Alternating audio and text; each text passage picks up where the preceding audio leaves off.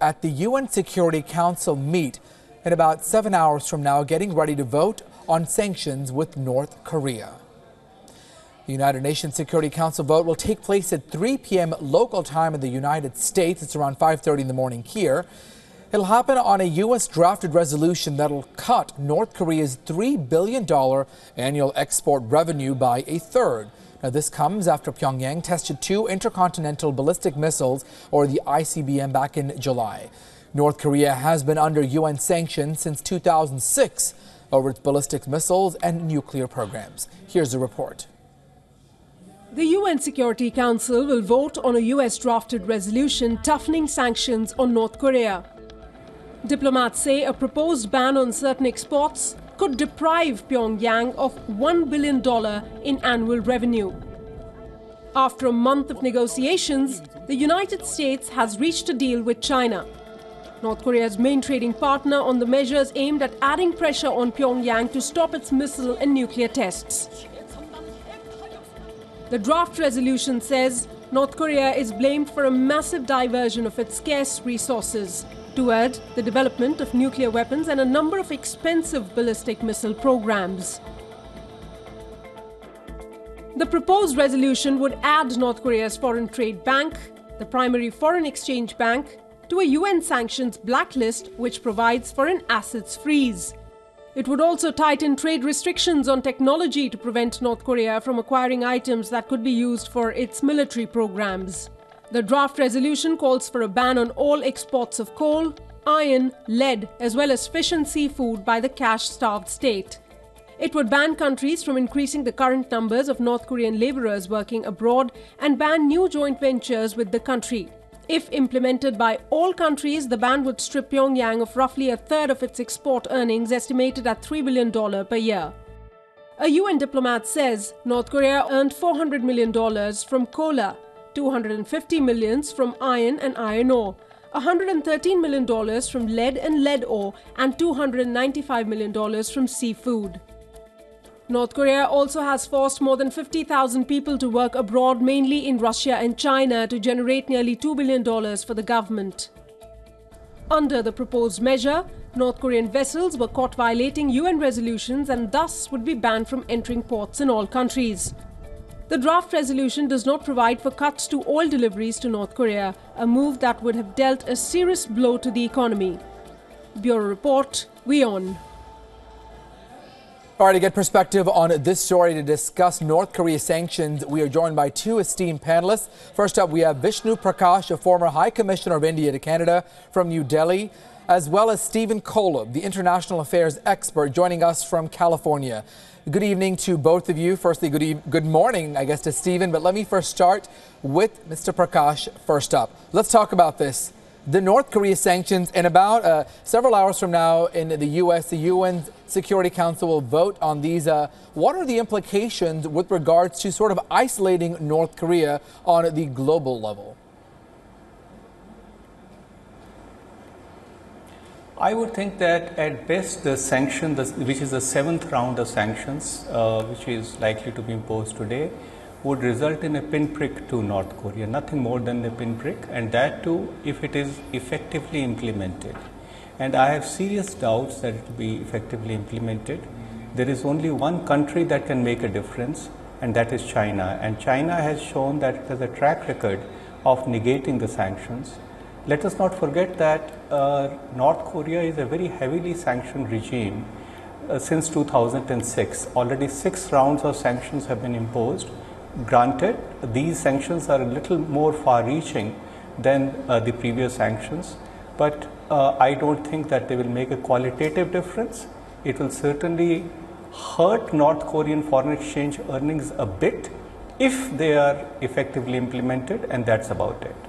All right, let's go to Stephen Kolob joining us from the United States in California. We understand it's early. We appreciate you joining us for this discussion. Stephen, my question to you is with regards to what North Korea is doing. Earlier on this week, there was some sort of back and forth, even with the Trump administration, on perhaps the U.S. even going to war. This UN Security Council vote, how important is it? How important are these sanctions to prevent North Korea from testing any more of its intercontinental ballistic missiles? Well, first of all, thanks for having me. I have to reluctantly but completely agree with your other guest. I think he characterized it as a pinprick, maybe a little bit stronger, a little bit weaker than that, but basically they won't make too much of a difference for two reasons. One is that, as again your other guest pointed out, we've had round after round after round of sanctions against North Korea. It hasn't really deterred them from developing their nuclear capabilities to the extent that it inflicts harm on their population.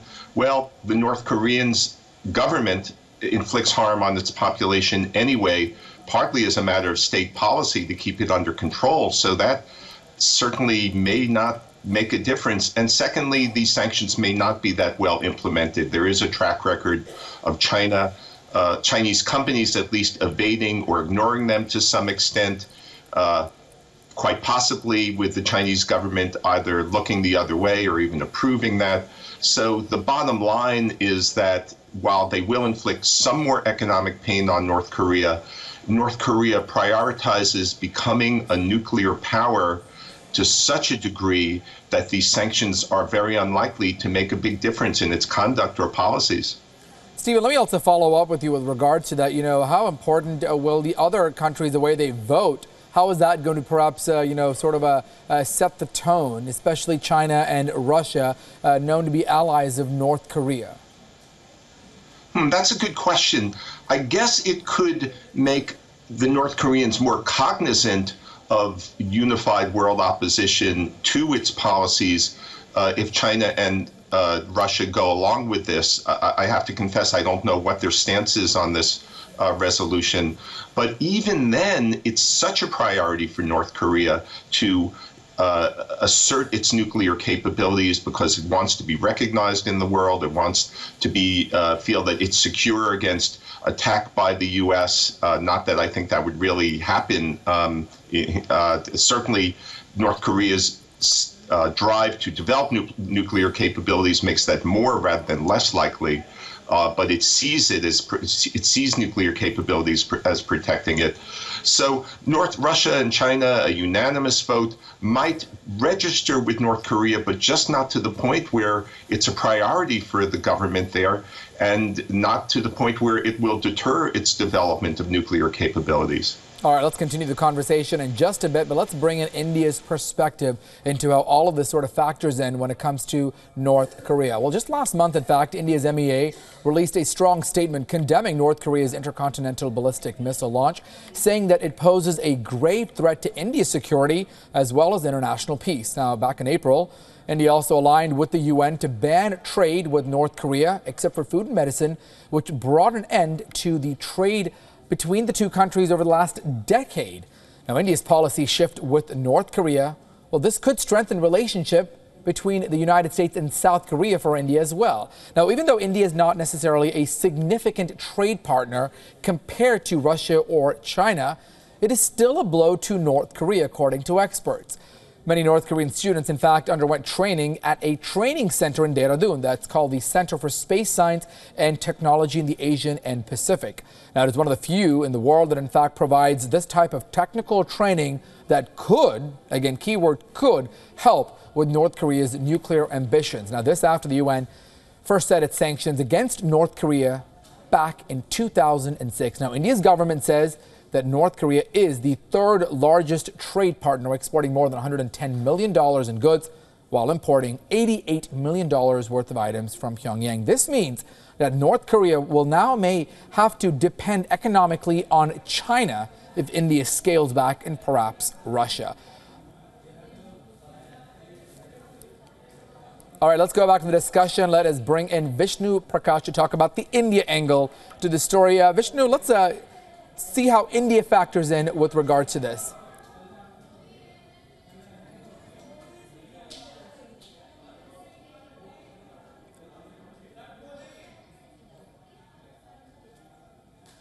All right, let's cut to this conversation a bit. We are now going to get some live visuals there. You see Prime Minister Narendra Modi cutting to Venkaiah Naidu. He's reached his residence there. This as India elects its new vice president just a short while ago, and all of those votes came in.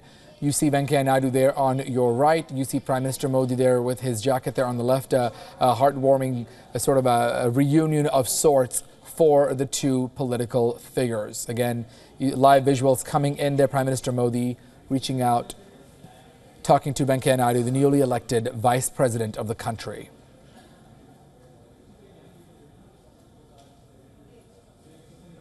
We also see the BJP president there, Amit Shah, as well. Sort of a reunion of sorts for the political figures here. That vote coming in fact, the tallies, the polls closing earlier this evening. The tallies just came in a short while back. There you see Prime Minister Modi meeting Venkaiah Naidu at his residence. They're all sitting down with Amit Shah as well, having a little bit of a conversation to celebrate the victory of Venkaiah Naidu.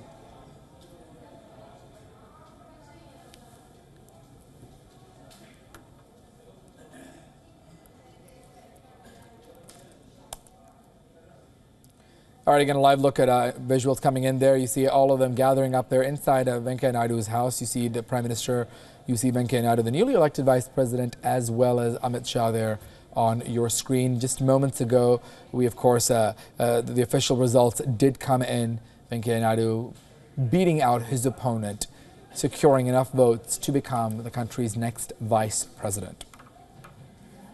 All right, we are now going to go back to our discussion, I understand. All right, apologies for that. This is breaking news. So let's go back to our discussion. Of course, we'll cut into those live visuals as and when we see more developments. All right, let's go back to the discussion on North Korea. I'd like to bring in our guests back into the conversation.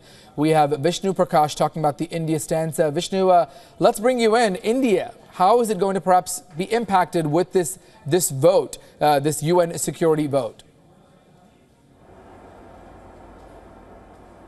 Yeah, so as I was saying, India has scrupulously implemented in letter and spirit all the sanctions, UN sanctions pertaining to North Korea. That is point one. Two, we are quite concerned, like any responsible member of the international community, about the proliferation of weapons of mass destruction, the constant development of missiles, the nuclear tests by North Korea.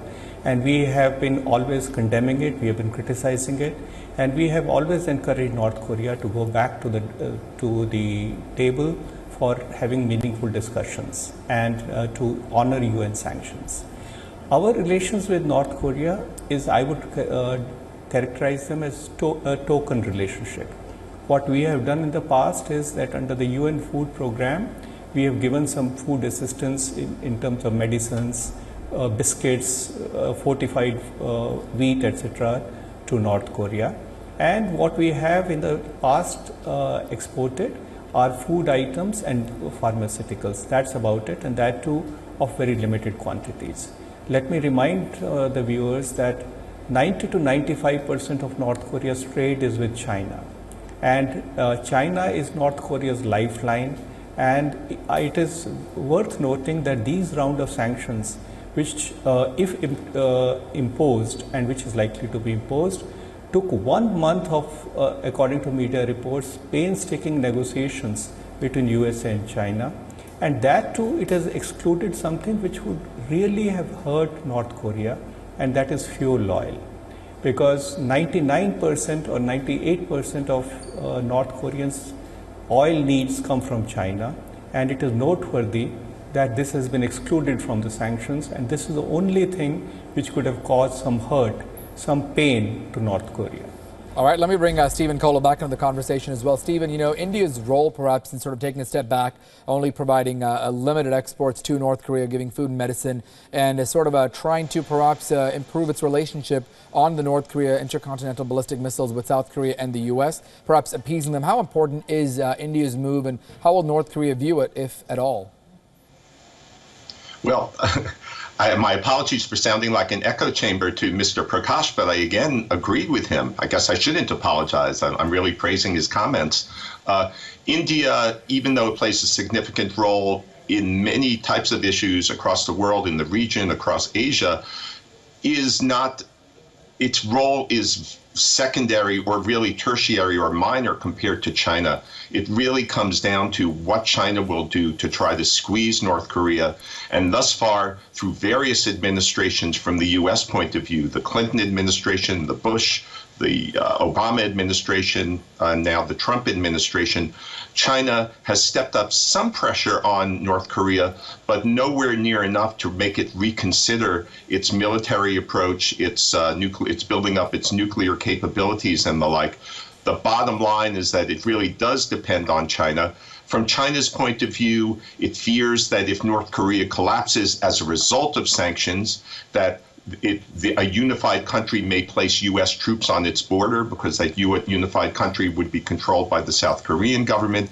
It fears all sorts of dislocations, such as millions of North Korean refugees flooding into China if their government collapses. It fears other negative consequences to try to explain briefly its point of view. But again, the bottom line comes down to China, not India, not Russia, not other countries. And so far, China has been unwilling to exert the kind of pressure that might force North Korea to change. Stephen, also let me bring in, sort of an important narration in this. The U.S.'s threat. How concerned are they really when it comes to North Korea, especially the Trump administration? We know Donald Trump doesn't have a whole host of foreign policy experience, but sort of the back and forth. How concerned are the United States when it comes to North Korea, especially with the recent testings of 2 ICBMs? Extremely concerned. This is, I don't know what the equivalent would be from India's point of view, but so forgive me if this is a crude analogy, but the notion of having an unstable government with uncertain control of its nuclear capabilities threatening the U.S. might be a little bit like what India faces regarding Pakistan, except there's more of a stability, if you will, to India-Pakistani relations or India-Chinese relations.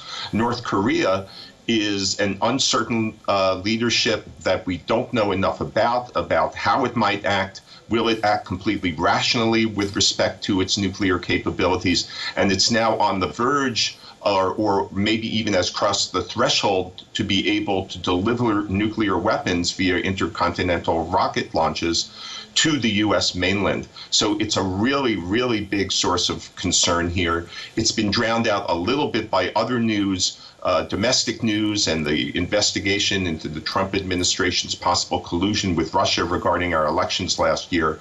But in terms of the informed foreign policy community and threats to the U.S., this is number one by far on the agenda. All right, and really quickly, let's break all this down and understand how this will shape out in the coming hours when that vote takes place Saturday at 3 p.m. A council diplomat says China and Russia, both allies of North Korea, could support the draft resolution, which was circulated among the 15 Security Council members on Friday. Russia says the missiles were mid-range, not long-range, and only then believe that further UN sanctions are necessary. Now, no word of the poor relations between Russia and the U.S. could hamper the negotiations. The resolution needs 9 votes in favor, no vetoes by the U.S., China, Russia, France, and Britain to be adopted. U.S. President Donald Trump has been frustrated that China hasn't done enough to stop North Korea, even though there have been threats on Chinese firms. And he said that they could also have sanctions with Pyongyang for doing business. Now, while supportive of the new UN action, Security Council member Sweden says sanctions alone will not solve the problem. All right, so that does it for our guests right now. Thank you to both Stephen and Vishnu Prakash for chiming in on our discussion with North Korea. We appreciate those inputs.